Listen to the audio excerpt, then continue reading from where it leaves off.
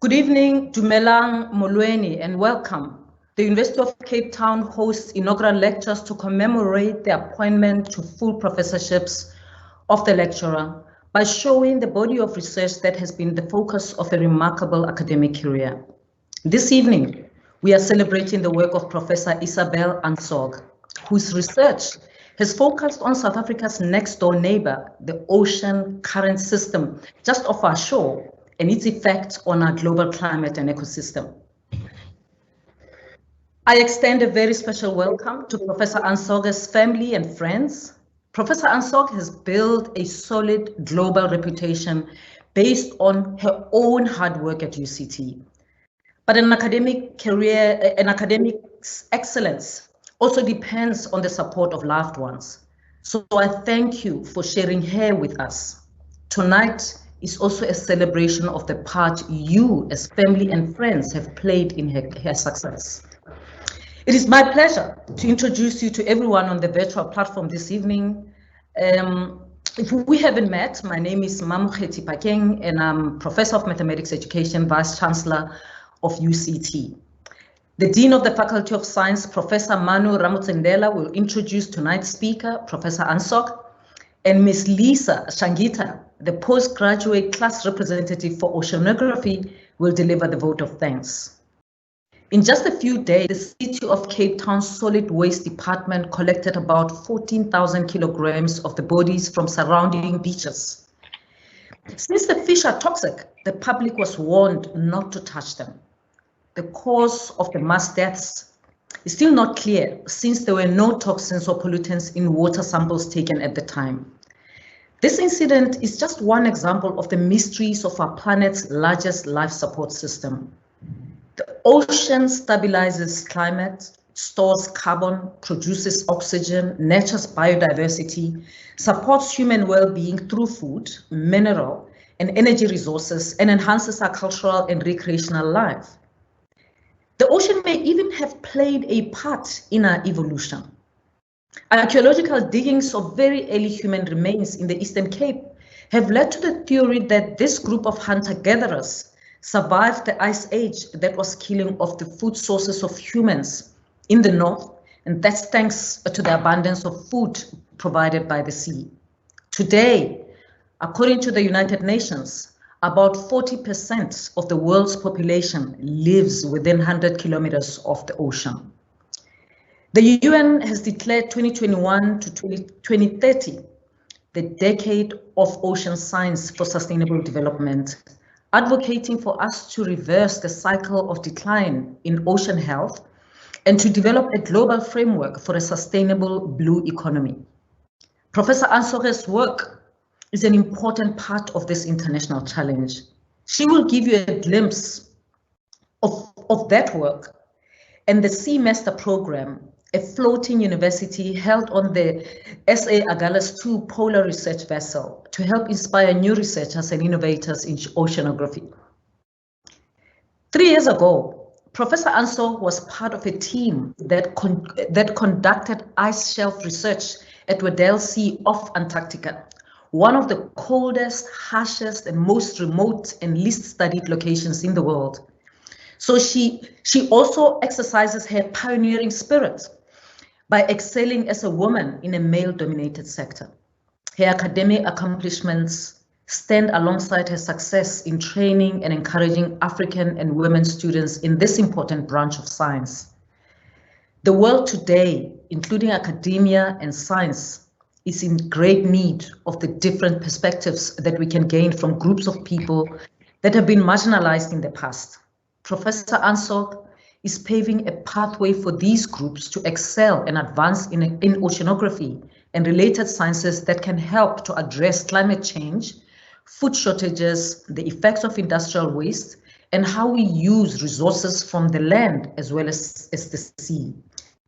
And I want to welcome Professor Manu Ramutsendela to the podium, a virtual podium, to introduce Professor Ansorge.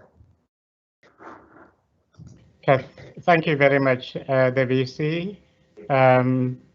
It's a pleasure for me today as the Dean of Science to celebrate the achievement of Isabelle. Isabelle has a long association with UCT. I don't want to reveal her age yet, but she was at UCT as early as 1993. In those formative years of our democracy, Isabelle was busy trying to create a niche in oceanography. That resulted in her becoming the first female PhD in oceanography as a student. But she was not only the first in terms of doing PhD in oceanography, she were to become the first female HOD in oceanography at UCT. And these achievements are not easy to come by in a field which, as the VC described it, is dominated by men and particular types of men. But it is also a field that is challenging for people who need to go into the oceans, some of the coldest places. I must confess that there was a time I was somewhat interested in joining her, but every time I imagined how cold it would be, I just thought, well, I'll join her next time. And that hasn't happened, but I can say it's because of COVID. Isabelle has led different field works to promote the science among the students. But one of the key field work has been to go to the oceans with students. One could imagine that teaching students in the ocean might be the simplest things because there aren't pubs around. There aren't many other things to detract their attention. But that's a wrong assumption because it is also challenging and fun. So one has to control the class in the oceans because they go there for a long time, like 5 weeks or so.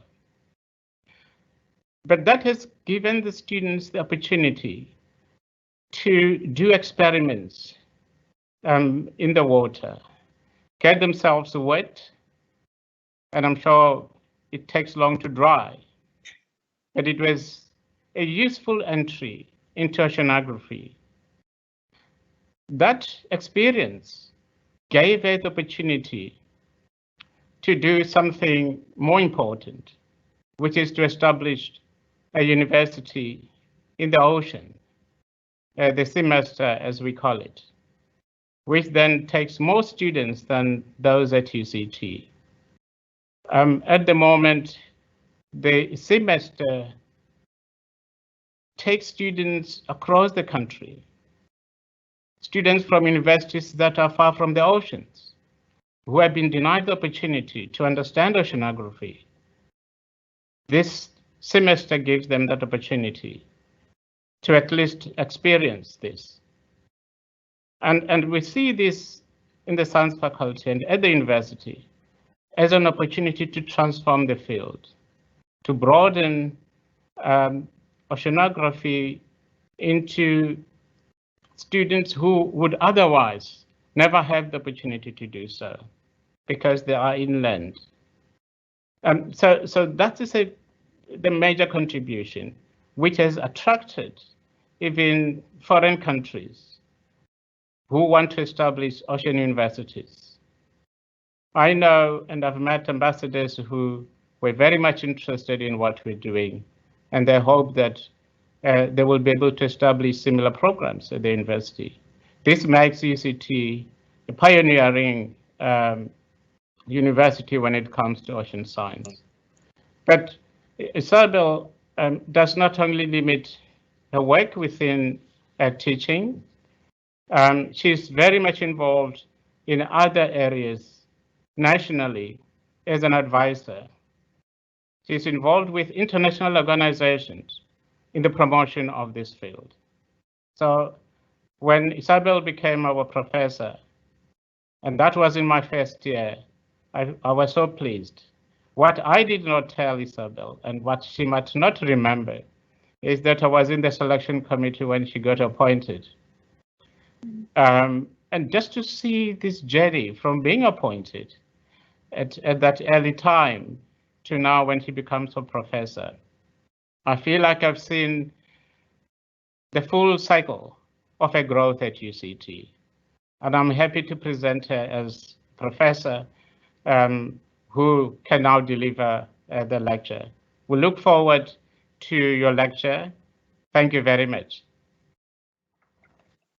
Thank you very much for such wonderfully warm words, Mamaketsi and Manu. I really appreciate your words from the heart. So thank you very much. I feel very privileged to be able to give this talk today, and I just want to check that everybody can hear and see my slides. It's rather strange giving this talk over Zoom or Teams meeting, but I think 1 year on, we're getting very used to talking like this, and it's going to be very strange when we actually stand up in front of a very large audience. But I'm going to talk a little bit, first of all, about the importance of South Africa and its role in the global conveyor belt, and basically the work that we're doing here in South Africa. And we have an incredible ocean environment around our shores. It really is a wonderfully natural laboratory, but it has very important global consequences, and I'm going to mention that in the first part of my talk. And then the second part, you know, when we go to sea and we collect huge data sets, what do we do with the data sets? How do we teach the next generation of students? You know, you've got large data, and how do we enthuse them? And that is really something that really pulls at my heartstrings, is the semester and floating university program. And I'm really delighted to be able to share this program to this audience tonight. But before we talk about oceanography, I think it's important that we also experience the sea. And you know, the wonderful thing about Teams and Zoom is that it basically transports us to anywhere in the world. We can be sitting at home in our pajamas and our slippers on, and basically land in the Arctic or in the Antarctic. So the next slide is a little movie taken from a cruise in 2007. So hopefully it's going to play, because that's another thing with Teams and Zoom meetings, is that you often have hiccups. But hold on to your seats, and maybe some of you might want to pull a bucket close to you, because for some, they do find themselves getting a little bit seasick with this next movie shot.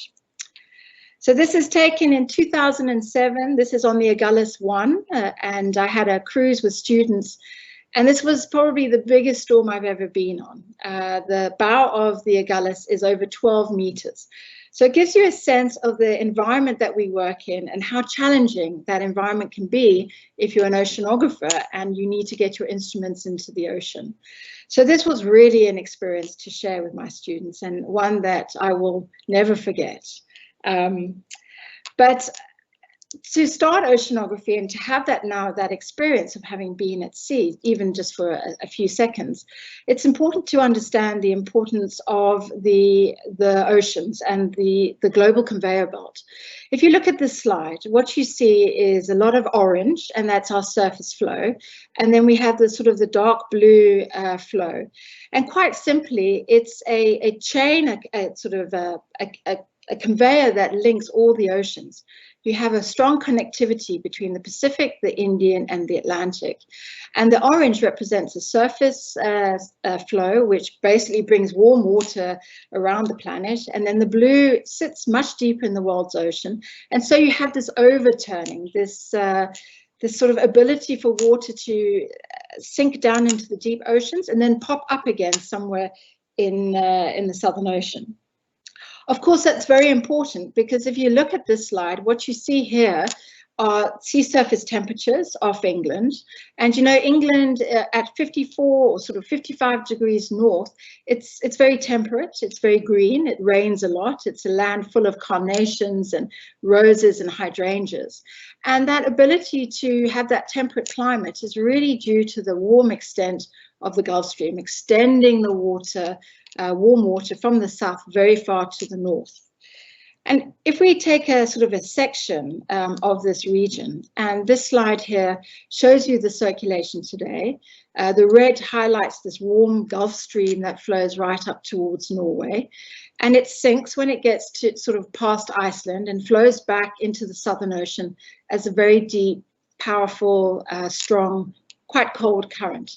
And I'm going to come back to that slide a bit later on. If we look at the region around South Africa, because now you understand that the oceans are all connected, what you see here with this slide are the ocean temperatures around South Africa. So the black represents the South Africa landscape. And then the red represents the very warm waters that you see coming from the Indian Ocean into the Atlantic. And we have the blue cold waters off the west coast. And of course, what's happening here is warm salty water from the Indian is leaking into the Atlantic in a system known as the Agulhas leakage. And of course, that gives us this incredible environment. If we go towards KwaZulu-Natal, we have the very lush sort of tropical vegetation that you see on the one side. But if we go right to the other side, it can be at the same latitude. So Lüderitz versus Richards Bay, you have a very different environment. And that really helps you understand the role of the oceans around the planet and why it's really important that we measure and we observe the oceans on many, many different timescales. So this is a sort of a schematic of the global conveyor belt, which was the slide I showed right at the beginning, but focusing now on the leakage around South Africa and then, of course, the North and the South Atlantic Oceans. And I'm going to first talk a little bit about the North Atlantic, but then I'm going to come to the work that we're doing in the South Atlantic and the importance of the two systems working together. So what you see very easily is that warm water extending right up and then coming back as a deep current. What's important here in this slide is that you have the salt leakage. The Indian Ocean is very salty because unlike the Atlantic, you don't have a connection to the polar system. You've got that big subcontinent. So your ocean, the Indian Ocean, really only extends to about 20 degrees north. And that allows a lot of evaporation and, of course, very high temperatures in that region. So the Agulhas almost acts as sort of a drain pipe, leaking salt waters into the Atlantic.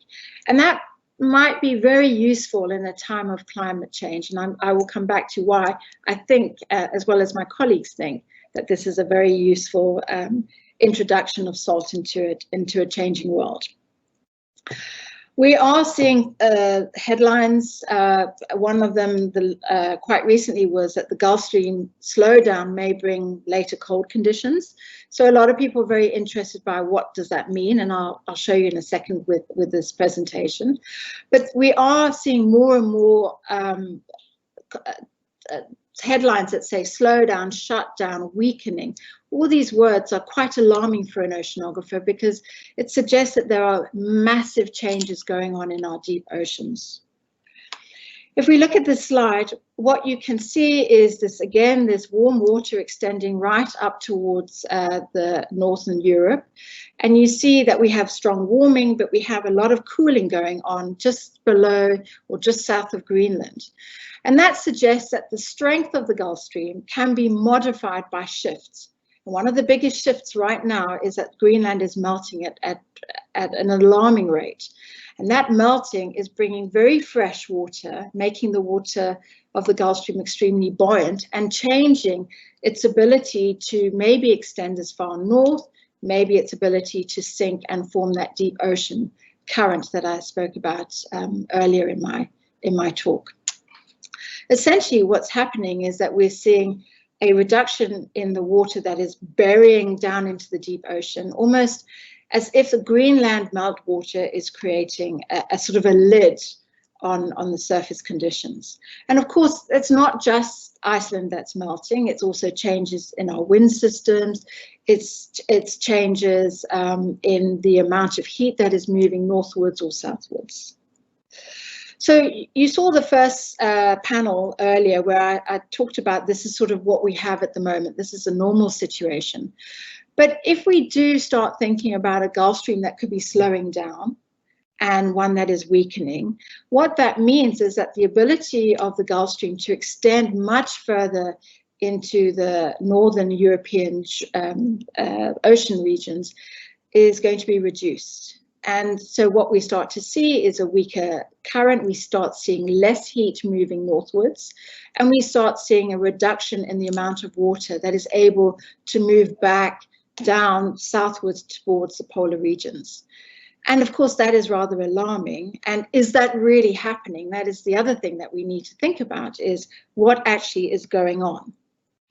So if we take a bird's eye view and we look down, what we could see is that if we have a reduction in the Gulf Stream, we possibly have an increase in Arctic ice that can form. Now that's questioning at the moment, because when we talk about the Arctic ice in summer, well, there is no ice in summer at the moment because of climate change, but perhaps a knock-on effect of climate change is going to be a gradual cooling in the northern hemisphere around Europe and North America, just because of this large increase in green Iceland melt. And so simply put, we often talk about the North Atlantic radiator is being turned down by the shift in strength of this global conveyor belt system. So are we there yet? Is it something that we should be alarmed? What do our observations tell us? Well, we're seeing again headlines that the oceans are becoming more stable. That suggests that, of course, the meltwater is having some impact, possibly on our ocean ability to move north to south or south to north. And we also know that 2020 was the Earth's hottest year, or second hottest year, on the back of 2016. But you also have to remember that 2016 was one of the strongest El Nino events, where the Pacific warms up by up to 2 or 3 degrees Celsius. So you have that natural sort of variability that happens, but you have the anthropogenic change and climate change that is happening on top. And I'm sure that 2021 is going to be the hottest year on record. And so we go on as we move from year to year.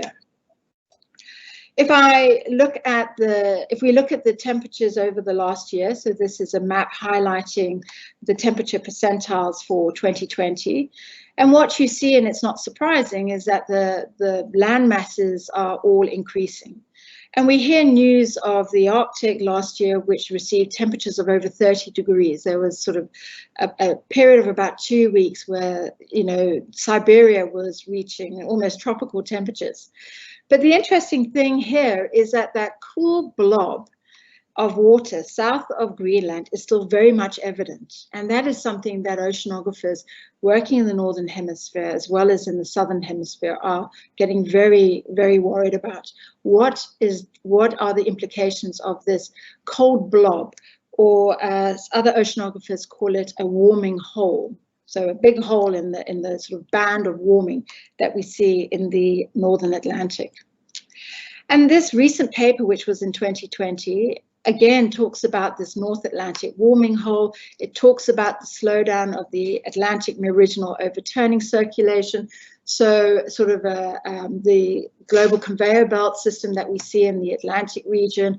We're talking about reduced transport. We're talking about feedback mechanisms. There are many factors that could be driving this. But we also understand that Greenland is melting at an alarming rate, which is obviously having a major impact on what we are seeing in the North Atlantic.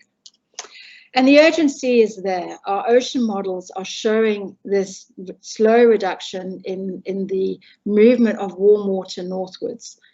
It's very concerning. IPCC is very, very worried. It gives this change in volume transport as sort of a medium to high confidence value. It's something that all oceanographers are looking at. But these are ocean models. And of course, the important thing is always to have observations. And these are the observations that are in place in the Northern Hemisphere and the North Atlantic. And these are observations that have been there for about 25 years. It's a range of moorings that stretch right across the Atlantic. They go from Florida towards Morocco. It's a huge international program aimed at measuring the flow of water moving northwards, so our surface conditions, and to try and ascertain the amount of water that is coming back and to see how much of this flow is changing over decades. But I show this slide again because I want to put it in context with the South Atlantic, because at some point I need to talk a little bit about the work that we're doing in South Africa. But to understand the need for the work that we're doing and the big systems that we've put in place in the South Atlantic, you have to also understand the importance of the North Atlantic. So I've touched on that region. What we have is in the South Atlantic is a large chain of moorings that stretches right across the South Atlantic. And what we're trying to do is pick up on the salt leakage that's coming from the Indian into the Atlantic and try to understand whether that is changing. What is the variability scale? Are we looking at timeframes of 1 year, 10 years, or more than 2-3 decades? And we have to start. We have to get these ocean observations into the oceans as quickly as possible. This is something that has been sort of talked a lot about, and Professor Mathieu Roald, who is the Saatchi Chair for Ocean and Modeling, actually wrote an article about 12 years ago, which was published in UCT News, about the Agulhas Current possibly being a rescue to the north. And what he meant there was, if the north is melting because of Greenland, and there you're getting lots of fresh water, could the salt water that's coming around the Cape and being dumped into the Atlantic have some sort of mitigating or balancing response to this change of buoyancy that we're experiencing? And other researchers have also shown that when you have a lot of salt coming around the Cape, and this is Lisa Beale's paper in 2011, you have a strong connection to the north. So a strong AMOC, which is a strong conveyor belt moving water northwards. If there is less salt moving around the coast into the Atlantic, then one expects the AMOC to be much weaker. And so maybe the signals south of South Africa are playing a major role in mitigating what is going on much further north. So over the years that I've been working at UCT, we've been putting in these lines of monitoring lines to measure the oceanography around South Africa. And what you see with this slide is basically the ocean temperatures. It's a lovely image that shows the ocean temperatures from the Indian stretching into the Atlantic, and you can see the sort of the warm corridor of water in the Atlantic Ocean. And then you have 4 lines. You have Samba, which stretches across the South Atlantic. You have the Good Hope, which moves down towards Antarctica. Crossroads, which crosses over the Agulhas Current and its return current to the south. And we have ASCA, which is managed by colleagues of mine, Professor Juliet Hermes and Tamarin Morris. And I'll come back to that one because it links into semester. So the important thing is to get the lines and the measurements into the South Atlantic. And this is a photo of me, looking probably about 10 kilos slimmer. You can see that social distancing wasn't a big thing in those days. And we put in, with the help of the crew and the officers of the Agulhas 2, as well as Marcel Vandenberg, who works at Oceans and Coast in Cape Town, that's part of the government Department of Environmental Affairs. And we put these moorings and these sea pies. And what they're able to do, they're able to measure the temperature fluxes by measuring the speed of sound. Essentially, they send a signal from the seafloor right up to the surface, and that speed of sound is picked up. It's an echo sounder, so it's able to pick up the sound back. And of course, if you have an increase in your speed of sound, you would expect to have an increase in your temperatures. And so we've crossed over the South Atlantic with these instruments. The bottom slide shows the sea floor and the location of all these instruments. This is big money. You need a ship. You need to put your instruments down at 5,000 meters.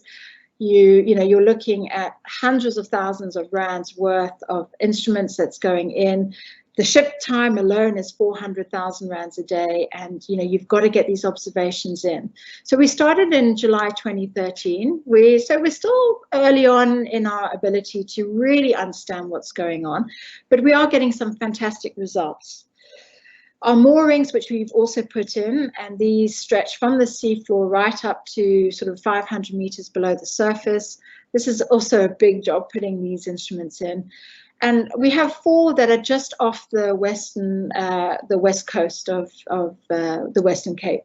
And what they show is that they have this wonderful ability to measure the velocities as we move away from the coastline.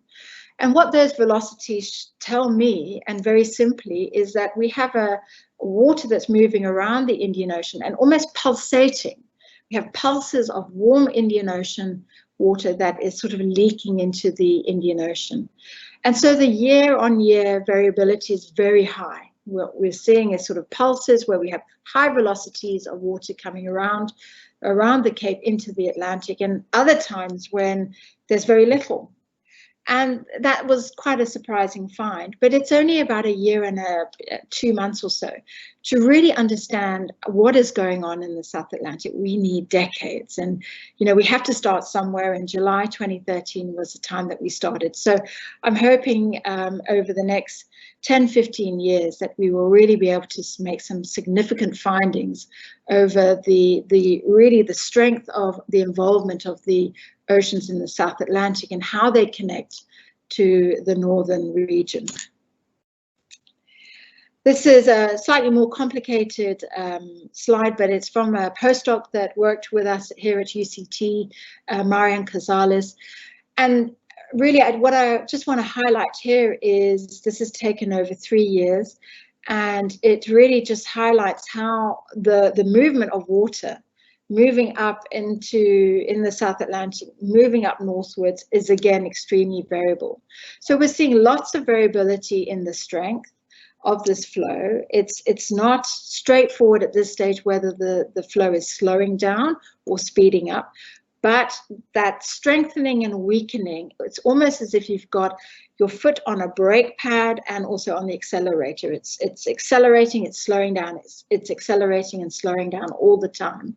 And that makes for some very interesting oceanography and how that will have a far greater effect on the Atlantic as a whole, so both North and South Atlantic, but also in the global context, because, you know, all your ocean currents connect with all the other ocean basins. So I guess you've got to watch this space over the next 10 years to really get a feel of where we are going with this flow moving around South Africa and into the South and North Atlantics.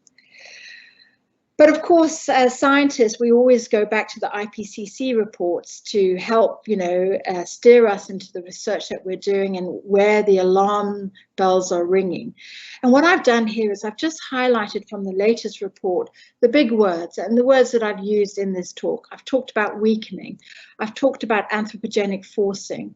I've talked about ocean warming, addition of fresh water, which is your Greenland ice melt, how less dense is impacting deeper parts of the ocean and inhibiting the mixing, the ability of water to sink down. And I think the main thing is that our ocean models are pointing in one direction and our observations are supporting that, but we lack the years, we lack decades of information, and that is something that has been raised by the IPCC. And so I'm delighted to say that, you know, the work that we're doing at UCT with my colleagues at SAON, at DEA, and also far wider, have been funded again, and we will continue with these measurements, putting new information, new instruments into the ocean, so that currently insufficient data can be changed. The wording can be just changed to sufficient data, because we need to realize that with our ocean observations, really what is going on in the world's oceans. So when I go to sea, and you know, we're talking big science, we're talking global science, and you know, when I put instruments down into the oceans, what you have is a lot of data. You have huge data sets. And this is just an example of kind of the ream of data, and we've got thousands of lines of these data points that comes out with these instruments. We're getting 30 data points per second. throw in a whole load of equations of motion, and as would be expected, this is the response of many students. And I was a student as well, and I also, the moment I see lots of data, big equations, I also I feel some sympathy here. So the important thing when I talk to my students, I think the one question they all have is, when can we go to sea? When can we actually go and experience oceanography and get our hands wet and get out on the ships? And I think there is a very strong need. DST have recognized that need, and this is from their Grand Challenge platform, where they say we have to attract young researchers into the region. We've got to retain them, we've got to excite them, enthuse them, and give them a tangible experience where they can go to sea and feel that they have learned something that they would never learn in the classroom, and that they are making a meaningful contribution to science. This is something that I experienced myself when I was only 14. My father was a big sailor, and he took me out of school and put me on a Polish research vessel that went around South Africa, went around Africa. And you can see in the background, this was the Conveyor, but there is the back of Table Mountain and the Portnet building. You can see that I was pretty young there, and I was very good at cleaning and painting in those days and going up ladders and all sorts of things. But up until that point, I wanted to be a vet. I have a passion for animals, but that experience of going to sea for 6 months changed my life. And I sit where I am in oceanography because of that one experience.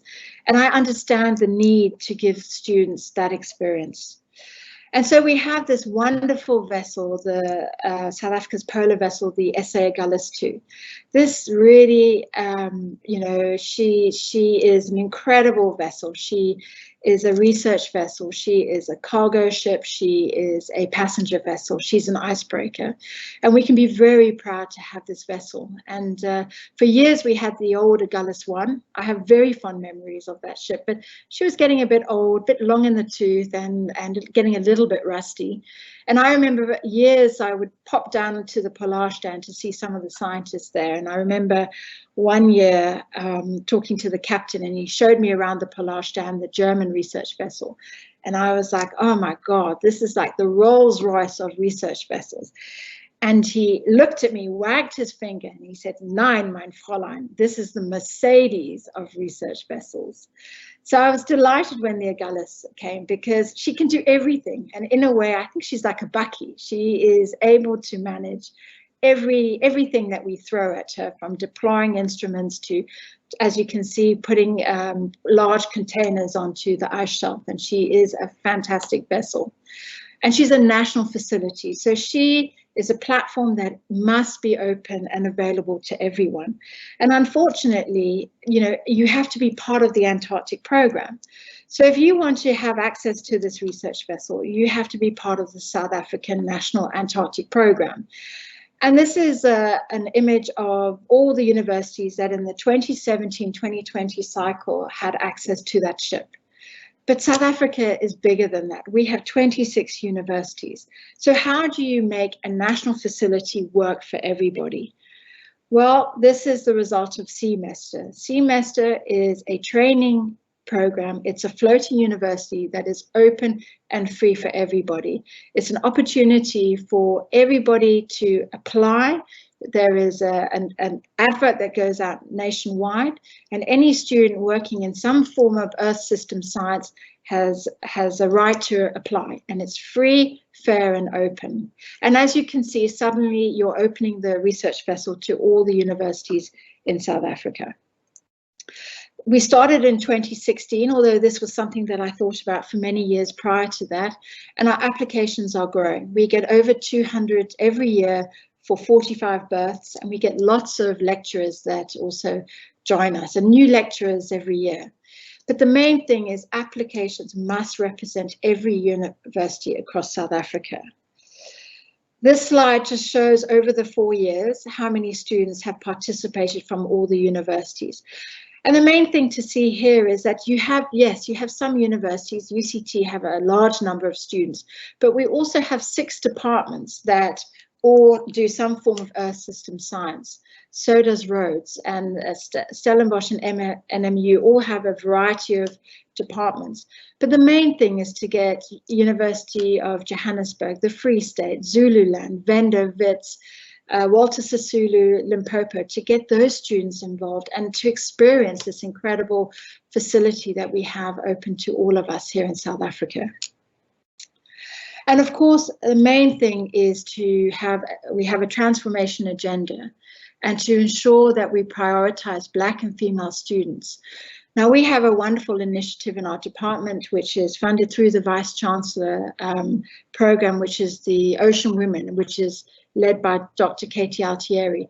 And we are bringing wonderful Black South African females into oceanography.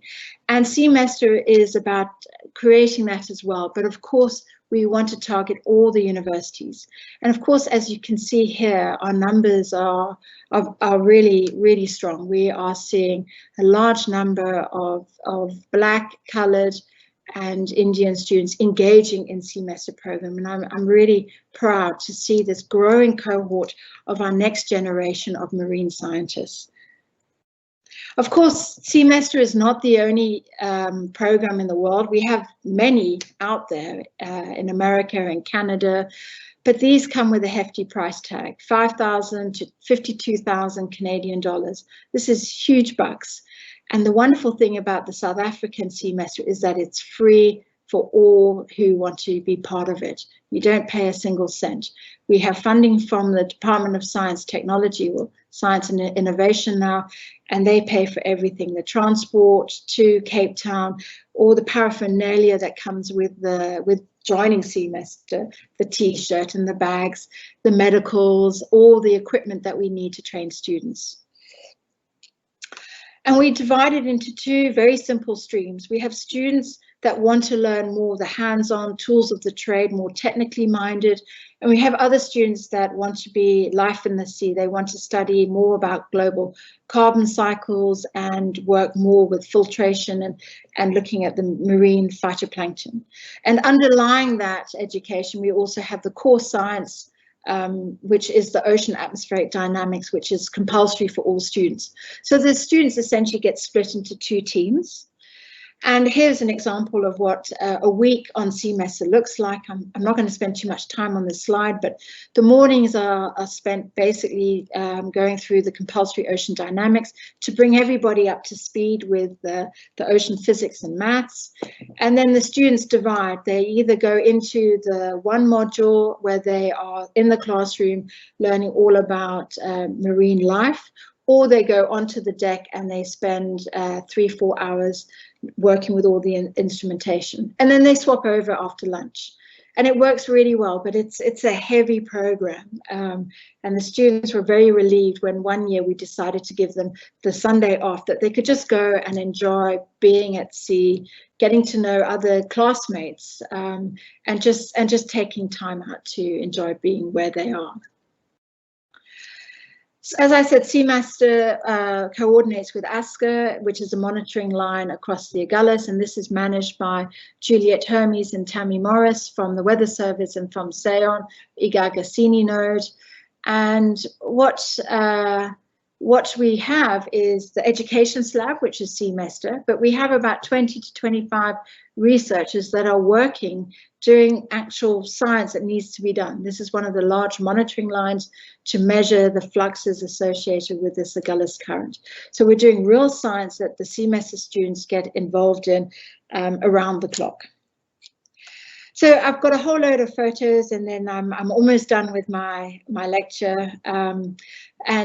Just to give you a sort of an overview of what sort of lectures we teach, here is Professor Jeff Brundrich, who was a former head of department. He teaches on climate change.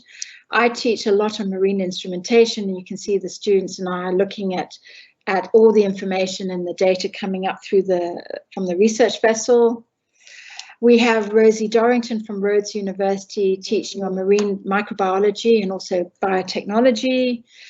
We have dissections. So this is Greg from the Blue Bay World Museum in Port Elizabeth, and he normally brings a few dead seals and dead seals and dolphins, and everybody crams around this, wanting to get involved in the dissections. And in the background, I can also see some of the officers all standing there. So I think this is probably the most important, although it's a bit gory, module that we run.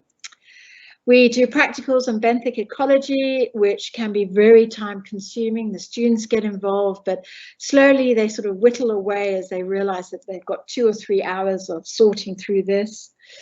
We have endless filtering and sieving that the students get involved with the lecturers that are there to teach them.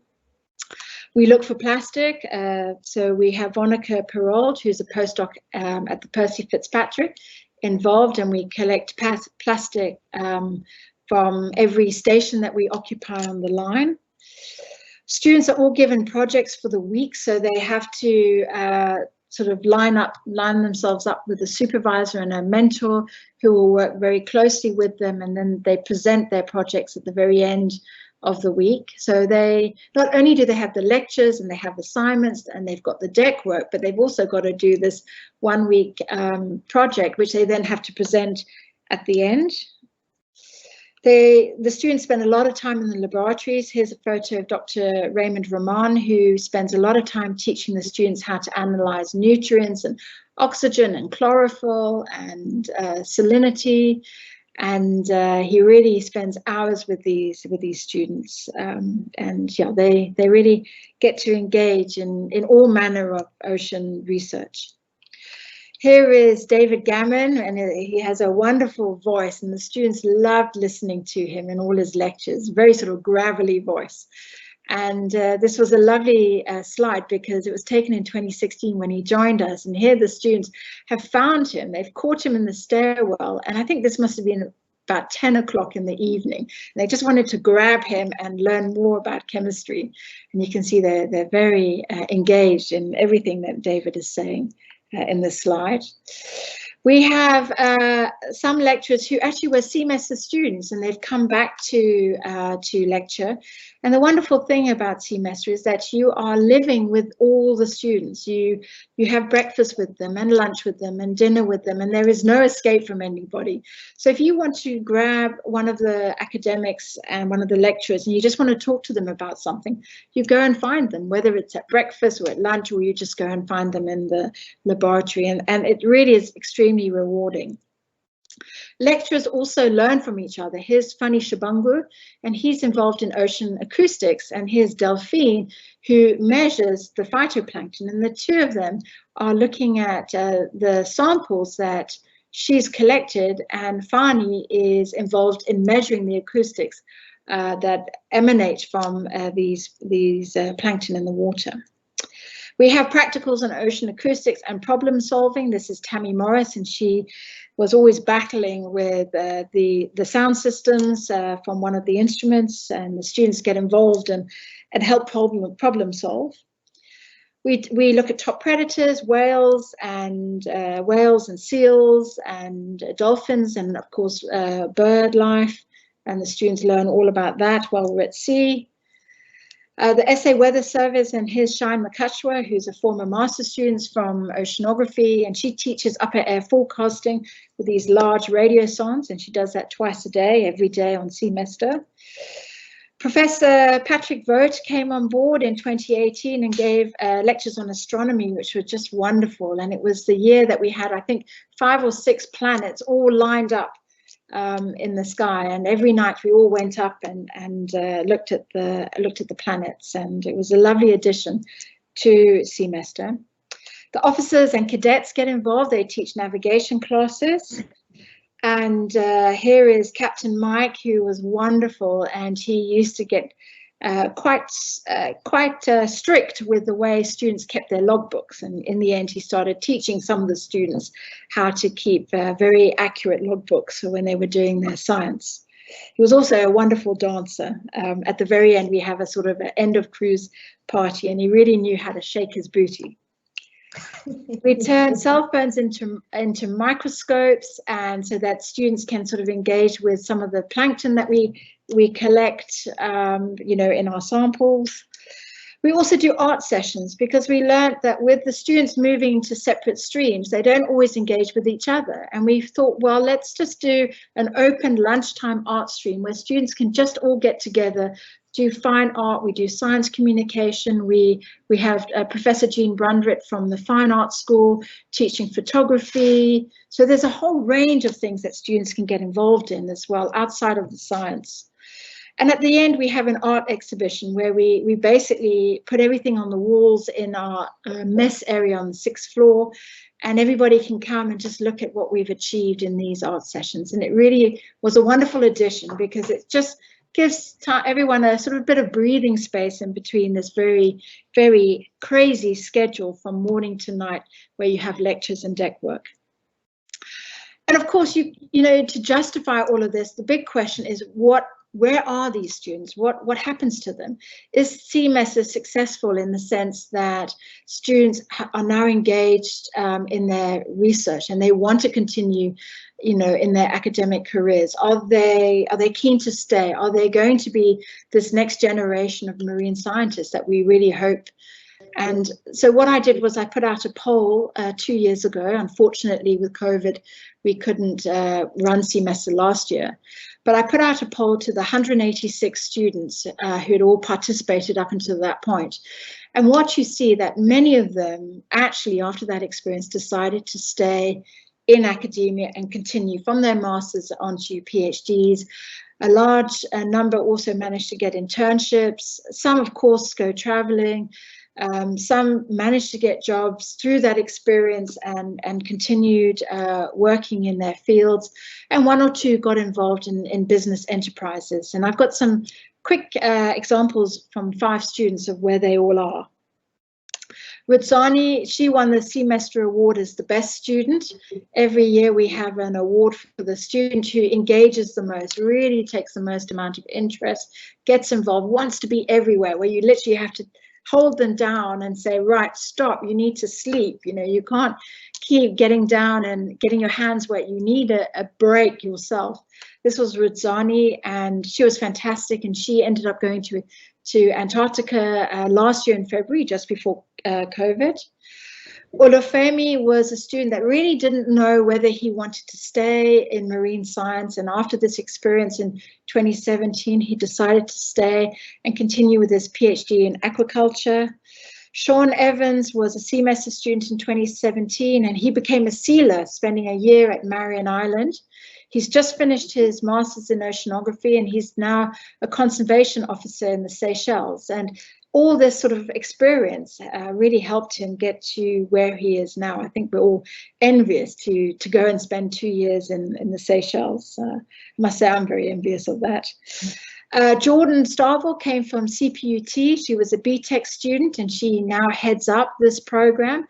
And in 2019, she went from a semester student to actually the planning as a chief scientist of this of the ASCA research line.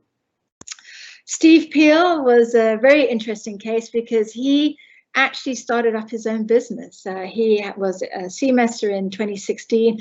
He participated on the Antarctic voyage at the end of the year, and this inspired him, his visit to South Georgia and seeing the grave of Ernest Shackleton, and he started up the Shackleton Brewing Company, which is based in Woodstock. So if anyone wants some beer, he's the guy to go and see, and his beer really is very nice.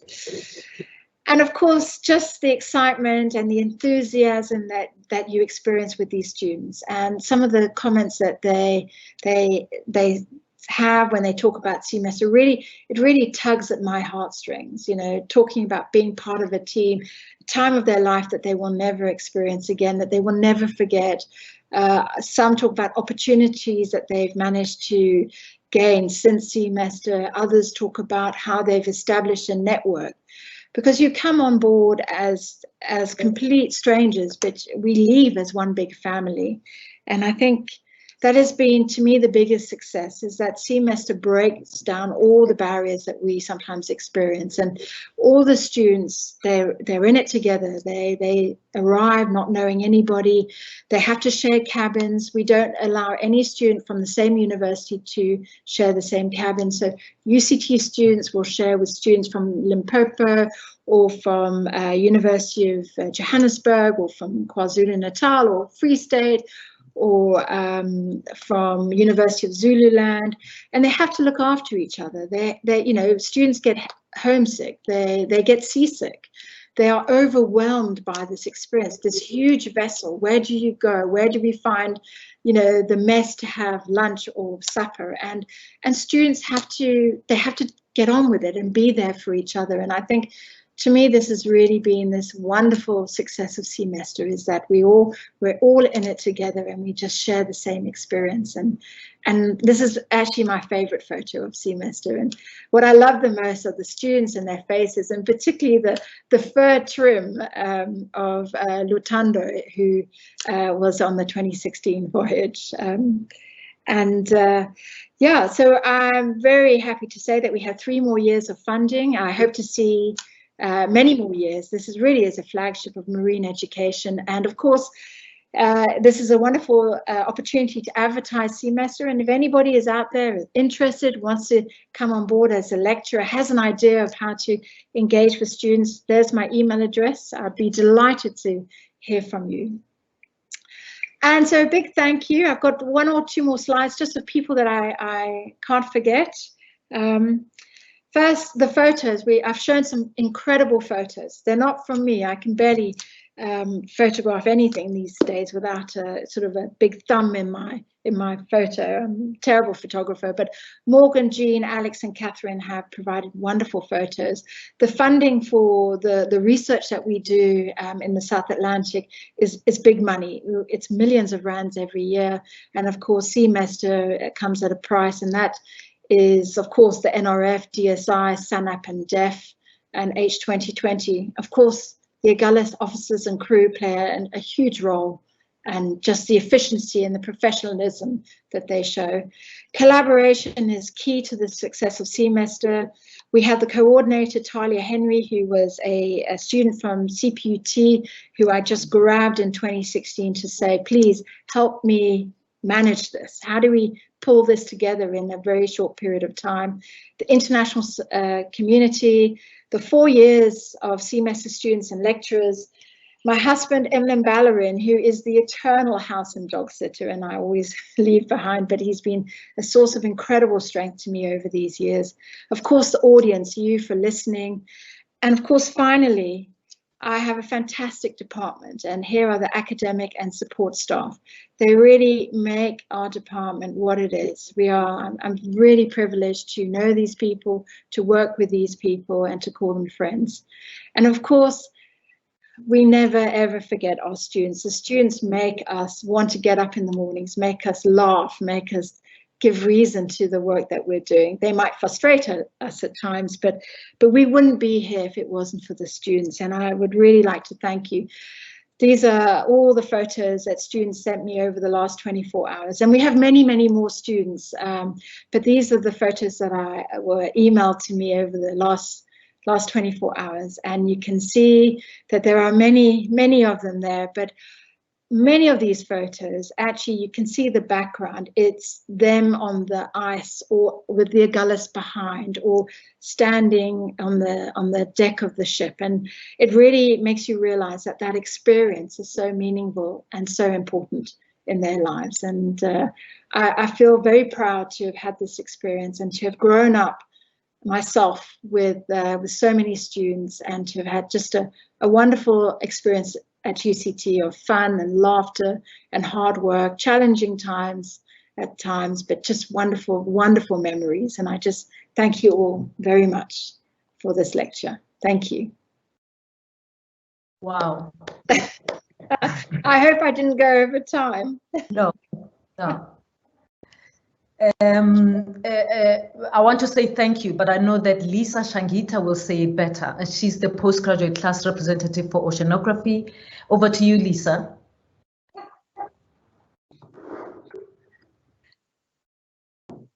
A very warm evening to all of you. Thank you very much, Professor Isabelle, for that enlightening talk, and we really appreciate it.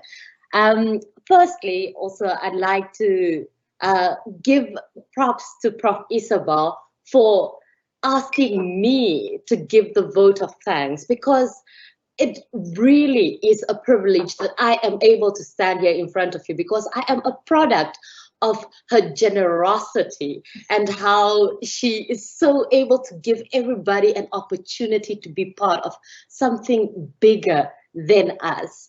So thank you very much. And really, like, Prof. Isabelle is amazing. She is a great boss to work for, because I am the postgraduate representative, and like, it has been such an amazing journey to work for her. So let me just tell you a little bit about myself. I am Lisa Shangeta. I am from Okongo, a small village in the north of Namibia. I have never seen the ocean until I was 15 years old. And once I saw it, I was like, wow, how beautiful and amazing. So I came to UCT, studying mathematics and computer science.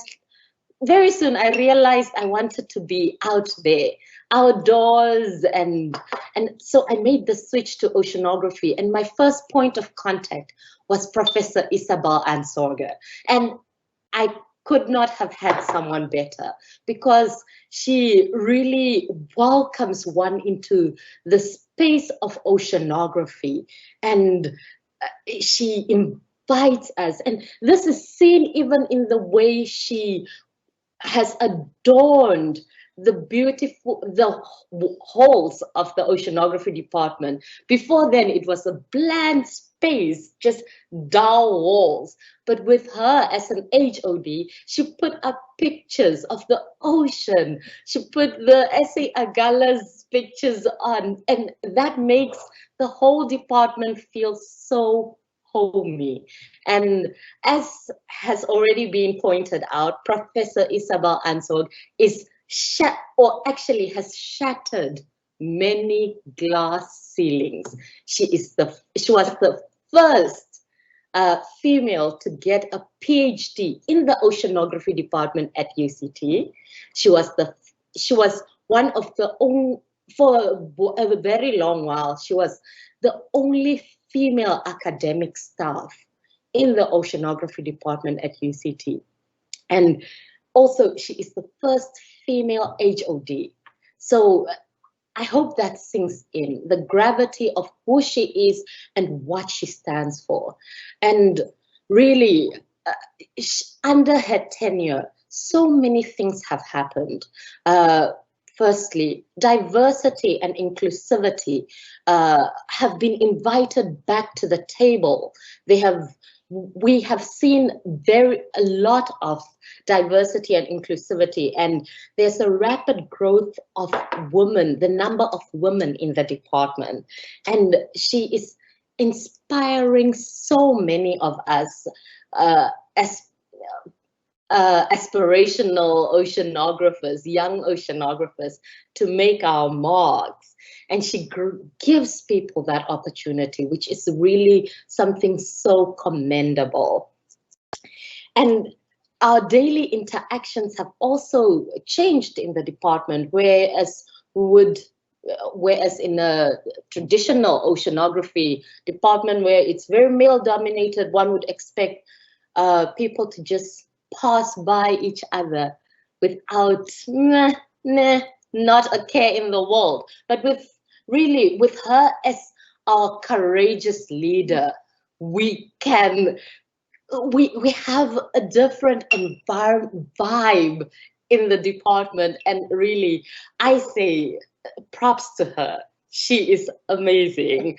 And not to mention fun. As the postgraduate representative, student representative, I have had the opportunity to work alongside her and organize end of the year functions, burger and beer meetings, and these things really draw people in and make us more of a family.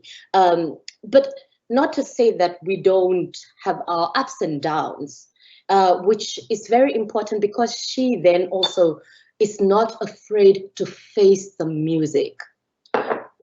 Under her leadership, myself and others were able to start conversations, real conversations about race within the department. And this is really important because it makes us feel heard, and it provides us with that so that other people can also learn. It's a very, I really commend her. So, and that a huge point about Prof. Isabelle, as you've seen in the talk, she is very passionate about the ocean, and this is not something that is lost on us. And as a student and a mentee in the department, like, I am also inspired to go for it, and I've had the opportunity to go to sea as well, which is like the highlight of my life, really. And thank you very much, really, for the opportunity. And without Prof. Isabelle, maybe it would still happen, but it would be a different story. So yeah, in conclusion, Professor Isabelle always shares 4 words with us. And those words are very important, and they have stuck in my heart. They are written in stone. Always take the initiative. And this is really something that has